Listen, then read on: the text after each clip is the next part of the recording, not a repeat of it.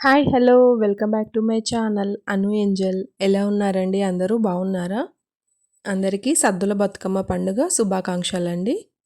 బతుకమ్మ పండుగ సందర్భంగా ఉదయాన్నే లేసి వర్క్స్ అన్నీ కంప్లీట్ చేసుకొని రెడీ అయిపోయి ఇంకా బతుకమ్మ కోసం అన్ని రకాల ఫ్లవర్స్ అయితే కలెక్ట్ చేసుకుంటామండి. సో ఇంటి దగ్గర ఉన్న కొన్ని ఫ్లవర్స్ వాడుతాము అండ్ బయట కూడా కొన్ని తీసుకొచ్చుకుంటాము. అన్నీ అంటే సరిపోవు కదా! సో అందుకనేసి బయట కొన్ని ఫ్లవర్స్ కూడా తీసుకొచ్చుకుంటాము. ఇలా అన్ని ఫ్లవర్స్ ఒక దగ్గర పెట్టుకొని ఇంకా బతుకమ్మ ప్రిపరేషన్ అయితే స్టార్ట్ చేశామండి. మేము ఎలా ప్రిపేర్ చేసాము అండ్ ఎలా సెలబ్రేట్ చేసుకుంటాము అనేది కంప్లీట్ వీడియో అయితే పెట్టాను. ఎక్కడ స్కిప్ చేయకుండా చూడండి. ఇలా అన్ని ఫ్లవర్స్ ఒక దగ్గర పెట్టుకొని ఇప్పుడు బతుకమ్మ ప్రిపరేషన్ అయితే స్టార్ట్ చేద్దామండి. దీనికోసం మనం ఒక చిన్న బౌల్ లాంటిది, ప్లేట్ లాంటిది తీసుకోవాలి. సో దానిపైనే మనం కొంచెం గ్రిప్ ఉండేలా ఉన్నది తీసుకోవాలండి ప్లేట్. ఎందుకంటే బతుకమ్మ బరువుగా అవుతుంది కదా! సో కొంచెం గ్రిప్ ఉన్నది తీసుకోవాలి. సో దానిపైన మనం బీరాకులు పెట్టేసి దానిపైన తంగడి పూలు పెట్టామండి.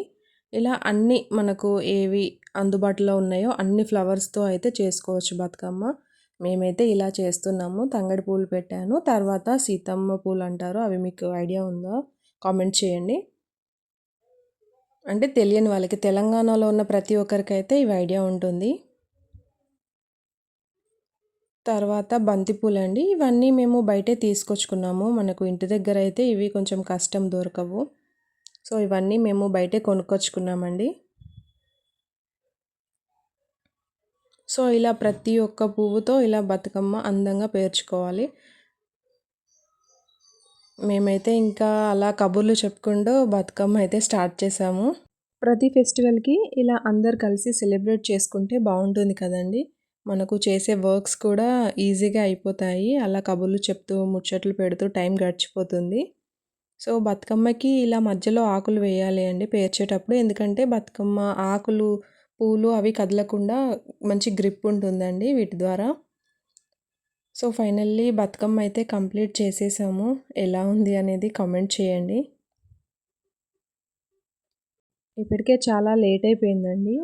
ఆల్మోస్ట్ 12 అయింది బతుకమ్మ కంప్లీట్ అయిపోయేసరికి. ఇంకా మళ్ళీ నెక్స్ట్ మేము ఇంకా బతుకమ్మ కంప్లీట్ అయిపోయాక లంచ్ చేసేసి మళ్ళీ ఇంకా రెడీ అవ్వాలి. అది ఇంకా పెద్ద టాస్క్ అండి మనకి. సో ఫైనల్‌గా ఇదేనండి బతుకమ్మ లుక్ అయితే.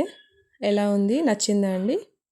బతుకమ్మ రోజున మాత్రం మనలో ఉన్న ఆర్టిస్ట్ మొత్తం బయటికొచ్చేస్తారండి. సో ఇలా మనం పేర్చిన బతుకమ్మ మంచిగా వస్తే అదొక హ్యాపీ ఫీల్ ఉంటుంది. ఇది ఇంకో బతుకమ్మ అండి. 2 పేరుస్తాము.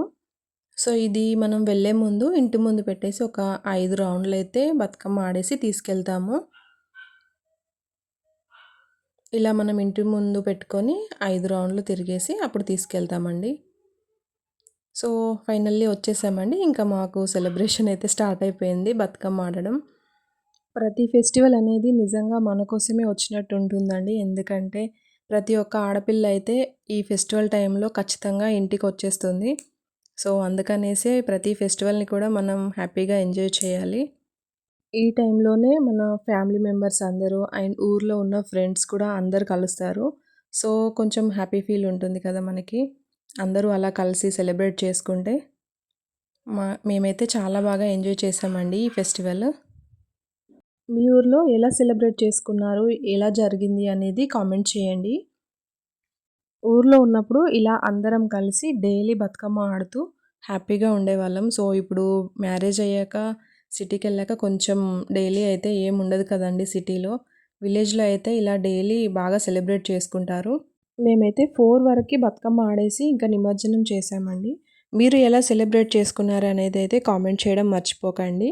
అండ్ నా వీడియో గనుక మీకు నచ్చినట్టయితే ఖచ్చితంగా లైక్ చేసి మీ ఫ్రెండ్స్ అండ్ ఫ్యామిలీకి షేర్ చేయండి. ఇలాంటి మరిన్ని వీడియోస్ కోసం అయితే నా ఛానల్‌ని సబ్స్క్రైబ్ చేసుకోండి. Thanks for watching.